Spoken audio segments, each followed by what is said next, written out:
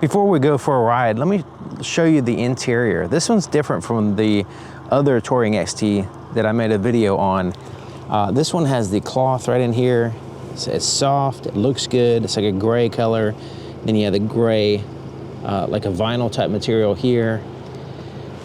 And this pocket, you can put like a beverage or whatever, but it also goes in back that way a little bit. So you could put like a small umbrella, I suppose. And it's like a tennis ball type material there.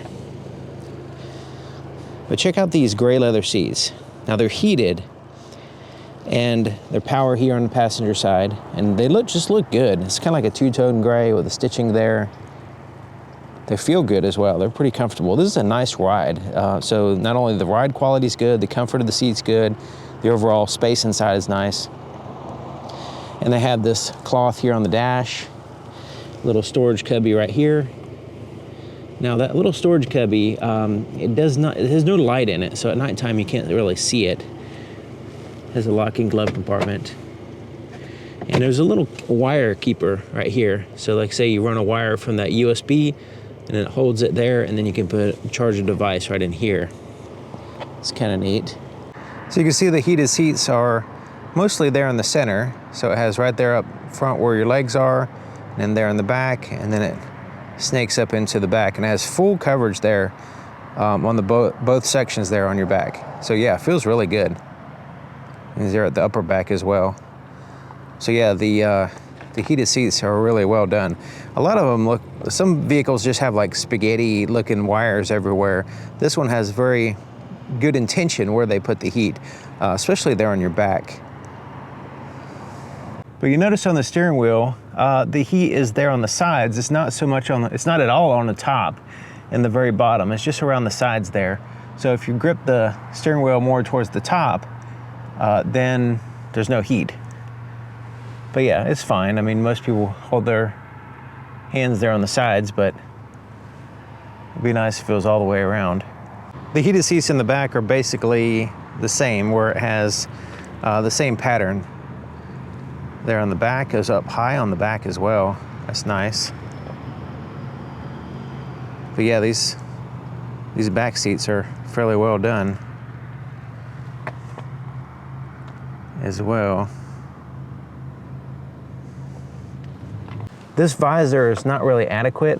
There's a space right here, and it doesn't pull out, it doesn't slide out, it just has this little extension here which doesn't really cover everything. So there's a lot of times in which the sun is like right there in this spot, so there's a huge gap, and so that's a little bit of an issue, and it just seems like this could be improved. Also, if you see the night video, you'll see that this is a little bit too harsh, and I explain why.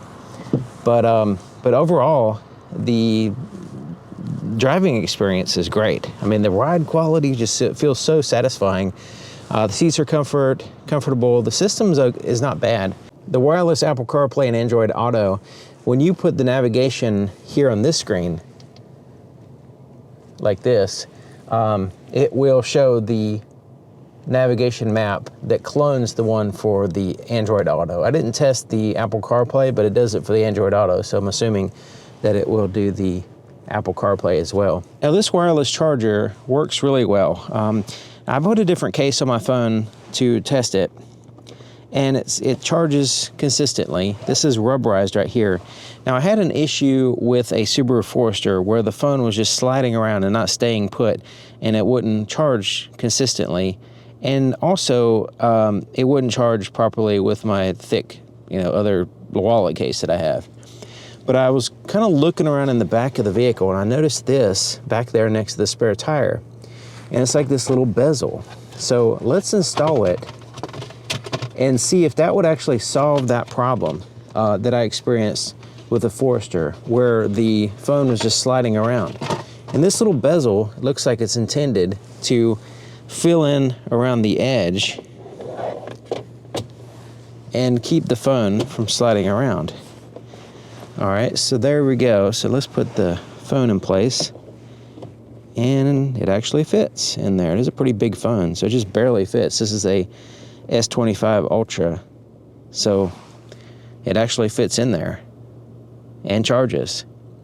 So yeah, that's really nice, because basically what you want to do is get it a charger to where you could just get in the vehicle and you just like plop your phone in there. You don't have to think about it. You don't have to sit there and line it up and make sure everything is perfect. In this case, you could just plop it in there. The bezel, make sure that it's in, plops it in the very perfect place. And as long as it's down in that spot, then it should charge. So this really is good. So yeah, glad to see that. It looks pretty good too. Yeah, I'm not sure why that bezel wasn't in place when I got the vehicle. It's like, it was just like laying in the back. So I don't know if it's like an option or the dealer didn't put it in or what. One of the things that I got wrong and didn't know while I was at the dealership is that Subaru added a radar system for the adaptive cruise control. So there's actually a radar sensor behind the badge here. And it has 3 cameras up here. So you have the EyeSight cameras. And not sure how they prioritize which one is priority, but it seems like the radar system is the priority because there's been some times in which the windshield was foggy or had frost on it, you know, in the morning. And so the adaptive part still worked because of the radar sensor, but the lane departure warning and stuff like that did not work. So yeah, I guess the radar system in that particular case is priority. So yeah, having the addition of the radar system to the EyeSight. Before it was just trying to handle everything with the cameras. But you know, the windshield's dirty or whatever, then it kicks the system out and it was causing a problem with, you know, people. But having that radar sensor is pretty nice. Another thing that I didn't appreciate or I didn't obsess over as much is the taillights and how nice they are. And I showed this in the night video, but during the day, they're really impressive as well. And they kind of have like this, I don't know how to explain it. I guess like a ruler or a straight speedometer, that kind of thing effect going on there. At first I thought it was like piano type keys, but it was a little bit different. And then you have these horizontal lines going on. And it wraps around here to the side, and there's like a side marker light there. And just looks pretty impressive when you kind of get close to it. It becomes neater than seeing it from a distance. It just looks like solid lights from a distance, but up close you can see it's all little separate accent lights in addition to tail lights. There's also these little Easter eggs. This one is a little bit informative, I guess, here and there in the vehicle. There's one on the other side showing the size for different dogs can go in the vehicle, I suppose. So under this spoiler, this rear spoiler here, is these little designs that I didn't notice before. It has like different pictures of different things on top of the vehicle. And over here, more stuff. Trees and bicycles and stuff. Yeah, that's kind of neat. There's like a shark on that one. And if you look really close on this cladding, it's not just regular matte black. It has like a little texture to it. If you can see that, it's kind of like a wood grain in a way, texture. You only notice it in certain lighting conditions if you get real close.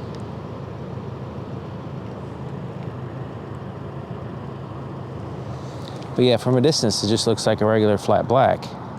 But yeah, it's all the way around, even here on the back. I don't know if you can see it, that texture. It's pretty neat, nice little touch. And you have this like a honeycomb design right here. Check out the color too. I've been getting about 24 miles per gallon. And just want to comment on the range estimator here. Right now it's showing 60 miles. Well, I just drove 20 miles and it said 60 miles when I left. So apparently it's like it's not super accurate, and maybe it could be in like 20 mile an hour increments or 20 mile increments or something. I'm not really sure. But I wouldn't, that range estimator, I just would not count on those miles, because I just, like I said, when I left it was 60 miles and I drove 20 miles and now it still says 60 miles. So it's not like a real-time exact range. It's just kind of a ballpark, I guess. I like the way the automatic function pops up the camera when you're at low speeds. So just normal driving, you can keep an eye on, like right now, I just went over that line, so you can see where you're at in relationship to the different lines on the road, and curbs and other vehicles, that kind of stuff. But as you're driving, not only does that come in handy when you're at slow speeds, but if you're at higher speeds or just kind of cruising along, this is especially handy if you're off-roading. You can press the camera button and look at the view around the vehicle. And as you press it again, it gives you different views at any speed, basically. So if you're crawling on a trail or on a highway or anywhere you're at, you can quickly press the button and look at the camera if you need to, depending on the situation. So I can keep pressing it and get different views here. Keep pressing it and eventually go off. But yeah, I like that one because it shows the front wheels there. So I can keep an eye on things as I make this turn. That in the good example is nothing close to the vehicle, but sometimes you're close to a curb or you're just in a tight space and you need to see what's right there next to the tire. You know, you're making a parking or turning or whatever, and they're just a curb that's like sticking out, or a median or something like that. You can avoid it. Or if you're off-roading, then there's, you know, say a jagged rock or just some, you know, tree stump or something like that you're trying to get around, then these different views here could really help out with that. First, I'm just going to floor it and see what you can see what it's like with the CVT and everything.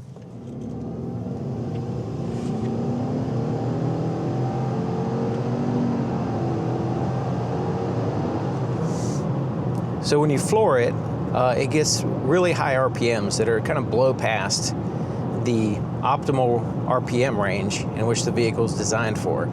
So you have this diminishing returns on the RPMs. It really doesn't feel impressive when you just floor it. When you drive it normally though, and you have the RPM range in a normal range that you would normally drive, then it really does feel impressive.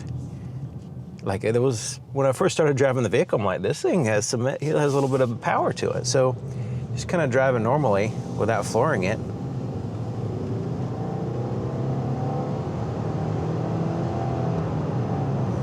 Yeah, keeping the RPMs below 5,000, you know, and it's able to accelerate and feel like a little bit of pinning you to your seat at times. Now, the CVT transmission, it seems like it's kind of like, I don't know, it's fine, but it feels like it should be more linear. It seems like it's, you know, trying to replicate shifts too much or something going on with it. If it was just like a linear hold, pull up the RPMs and just hold it there and get the vehicle going, that would be ideal, considering that's basically what the CVT is supposed to do. But I think, you know, they're just trying to cater to people that want shift feeling.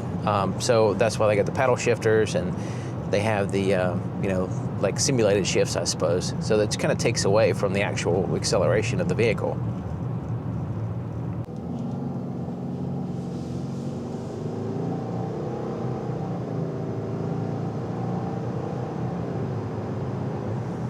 Yeah, really, if you keep it under 4,000, it's fine. It gives it basically the same acceleration. Feels good. But yeah, it has that like rocking, you know, I don't know, it doesn't hold the RPMs like it should. But acceleration is fine for me. You know, some people might have an issue with the CVT transmission, but as far as the power, I mean, it's there. It definitely has some power. Now, when you have the cruise control set, so this one has the addition of the radar system in the front. And so it has the EyeSight system. It actually has 3 cameras up here. And so it's able to use the EyeSight system, but it also has the radar system. So which one is priority, I suppose? And it seems like, while I'm driving, it seems like the radar is the priority, because it feels just like it's using the radar for the distance between you and the vehicle in front of you. And you can kind of tell that, you know, once the radar doesn't sense the vehicle, so you're going around a sharp curve or something like that, then it accelerates, you know, because it doesn't sense that vehicle anymore. And it's like a narrow cone in front of the vehicle. That's the way those radar systems are. So the EyeSight system would be, you know, doesn't do that as much. So it seems to me like they're just using the radar system for the distance between you and the vehicle in front of you, instead of using solely the EyeSight system. And so their EyeSight is basically just a lane departure warning or you know, lane holding, lane keep assist type system. So what it seems like. I'm sure there might be some kind of blend to it, but that's the way it feels when I'm driving. Now the hands-on lane assist system is, there's no grip sensor on it, so it has a torque sensor. So the grip sensor would, you know, sense your hands on the steering wheel. It doesn't have that. So it relies on you turning the steering wheel. So I noticed that the steering wheel, as you're driving, even on like super straight roads, it's like constantly doing this all the time, and it's like tugging back and forth, and it takes away from your feel of the road. And so I tend to turn it off. And also I get a lot of alerts, you know, like on a narrow road and you're going through a lot of sharp turns on a narrow road, it's easy to get close to the line and it starts, you know, beeping and flashing at you and stuff.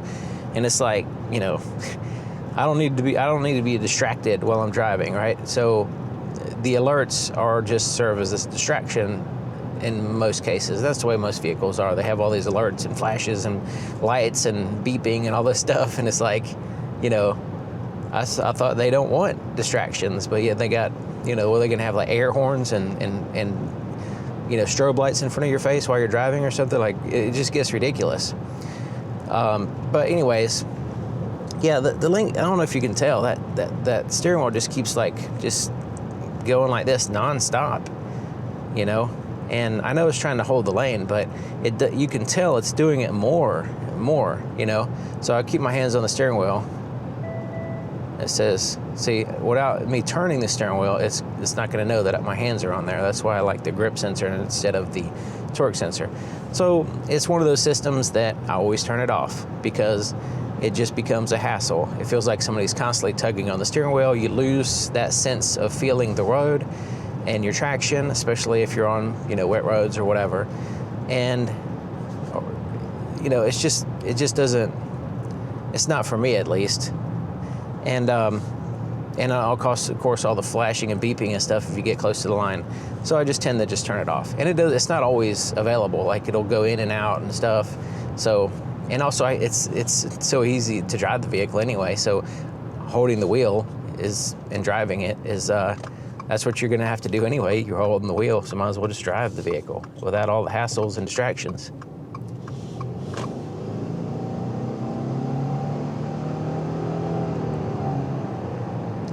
As far as the ergonomics of the vehicle, the seats are not bad. They're pretty comfortable. The ride quality is really good. Like, it has a nice smooth suspension system. It feels good. And I've noticed that in recent years with the Subarus. They just have a nice quality ride and not too bouncy, not too stiff. It just like that perfect sweet spot of comfort as far as ride comfort anyway. But if you're sitting here and, you know, you get all, you know, all comfortable and everything, you're just driving along, and you'll notice that the screen is like way over there. Now, I like the aesthetic of the way the screen is, but as far as functionality, the volume knob, the volume knob is not convenient for the driver or the passenger, so I don't know who that volume knob is designed for. It's usually volume knobs like that, where it's out of reach of the driver, at least it's in the reach of the passenger, but in this case, they can't reach it either. So, you know, of course you can use the buttons on the steering wheel, but, you know, there's times in which you want to use the knob, and certainly you need to use the screen sometimes, you know, make a selection or whatever. So in my case, it's like, it's way out of reach. So I'd have to be like, you know, much shorter and pull the seat much closer in order to actually use the screen without leaning forward and then focusing on the screen. It's like you have to lean forward and put your attention now to the screen, because it's so, you know, it's like this separate thing now. It's not integrated to where it's ergonomic, you know. So like, say a cup holder is ergonomics, like right there where my hand is, right? And the steering wheel and things are within reach, but that screen is like, you know, I don't know what they're going for there. Now, of course, you know, most people will say you're not supposed to play with your screen, but you're not playing the screen. The point is that if you need to press a quick button or something, then it's not as easy to do it as go like this, you know? So therefore you have to attend to the screen as like this separate thing because it's over there. It's like, oh, let me walk over to the screen room, you know? It's like this separate thing. So, you know, that, if it was more, you know, ergonomic, it was designed closer to where I can reach it, I think that would be better for my use anyway. Overall, I would say I do enjoy driving the vehicle. I do like the ride quality and the overall comfort, and it's relatively quiet. Like, it's almost no road noise, a little tiny bit of wind noise. And yeah, it just feels like a really, for the most part, well refined, like it's a solid vehicle, you know, it's a solid vehicle. So it feels strong and you know, confident on the road. And the acceleration and all that stuff is great. CVT is like, you know, I could take it or leave it. It's not a big deal to me. I don't have an issue with it, but I understand some people probably will. So taking it for a test drive, especially extended test drive, would help. You know, the seats are, you know, they're comfortable, and I can see me actually doing a long trip on it. When you first get in, they don't feel like super plush or anything, but they're fine. I mean, the design of it is you know, contours you and in this case me, and it feels good. I like the way it looks. I mean, I like this cloth on the dash. I like these gray seats. The exterior is, you know, it's an Outback, right? So it's like it has that type of vehicle that they want you to know precisely what it is from a great distance. And they've accomplished that once again, you know, so everybody knows that it's an Outback and it's a Subaru. So they have that design that stands out. You're not questioning what type of vehicle it is. And the cargo area and just the overall usability of the vehicle is really good. So yeah, I think they will sell a lot of these. I like this digital dash that's going on right here. It has some custom ability, and I like the way. One question to answer is that the navigation system, when you have Android Auto pulled up, which I don't use, but I tested it just to be safe, just to be to find this out, that that navigation map will show for Android Auto on the screen. So I'm assuming it'll do the same for Apple CarPlay. I don't have an Apple device to test it, but I don't know anybody that has an Apple device, but to pair it or whatever. But yeah, I'm assuming that navigation map will go over there in Apple CarPlay as well. But so because it did basically mirror here on the dash in front of you as well. So that's something that people were interested in. I guess it's a thing that I overlook because I don't use those add-on programs because they don't align with my needs at all. Like, they're like the polar opposite of what I use the screen for.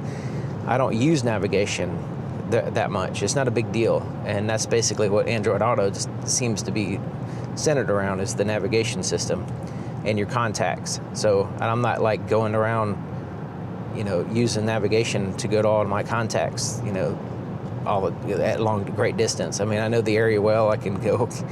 I'm used to driving with maps and, you know, just like intuitively driving with sense of direction and getting lost and all that stuff from back in the day. So navigation, I just use it when I need it. I don't always use it. So,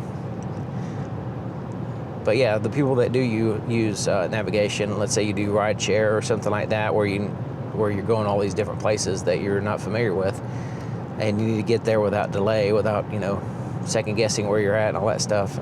Navigation can come in handy for that. Or if you're just in, you know, a long trip or something, it's nice to have the navigation. If you don't know where you're going, it's amazing. The brakes are very, very good. Like, you can feel it.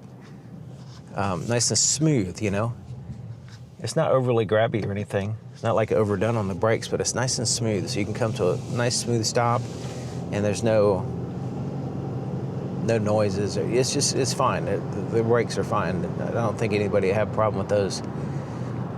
So let me know what you think about the looks of the new Outback.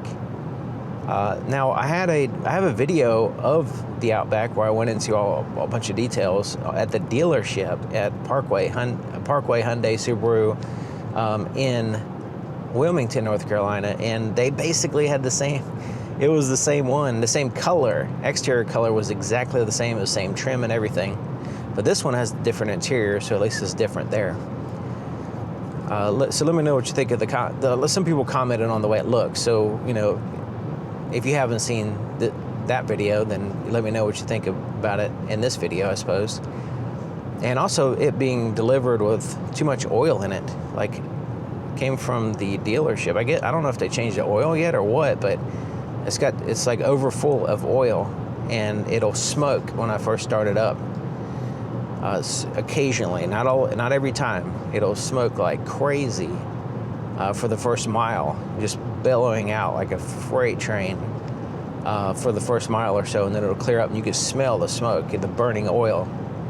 So, and I pulled the dip. As soon as I saw it, I was like, that looks like it's a brand new vehicle. It's not going to have any kind of issues like that. So it's probably overfull with oil. So pull the dipstick out. Sure enough, it's like way over the line as far as being overfull. So when they pick it up, I'm going to have them, let them know that they need to have that taken care of, because all that burning oil inside the engine is going to build up and cause, hot spots and all kinds of stuff. Not good to have burnt oil residue in the engine. I'm not sure exactly. On a boxer engine, it's very low, so then the cylinders are going sideways. So I'm not exactly sure where it's seeping in. It might actually be going into the cylinder area. So, once again, not good.